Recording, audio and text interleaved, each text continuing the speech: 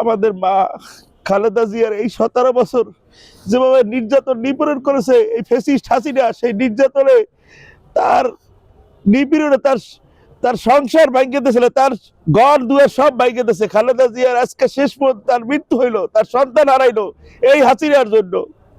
এইরকম নেত্রী আর বিশ্বে নাই, এরকম নেত্রী আর পাবো না। এইরকম খালেদা শেখ হাসিনা যে যে অন্যায় অপরাধ করছে, এই বাংলাদেশের ছাত্র জনতারা তাকে এই দেশ থেকে তাড়াইয়ে দিচ্ছে। তারপরও আমাদের এই শোক, আমাদের এই শোক, আমাদের এই কষ্ট, মনের কষ্ট কোনোদিনও যাবে না যে এক কাপড়ে খালেদা জিয়ার বাড়ি থেকে বের করে দিচ্ছে শেখ হাসিনা।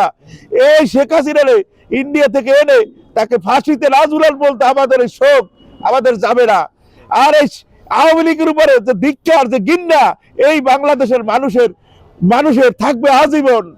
যতদিন এই বাংলাদেশ থাকবে আওয়ামী লীগকে মানুষ ঘৃণা করবে, শেখ পরিবারকে ঘৃণা করবে।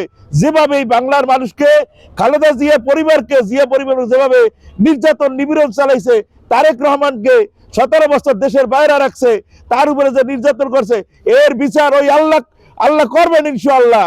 এই দেশের জনগণ করবেন ইনশাআল্লাহ। আর কিছু বলার নাই। আমার দেশটাতে মা খালেদা জিয়ার জন্য দোয়া চাই।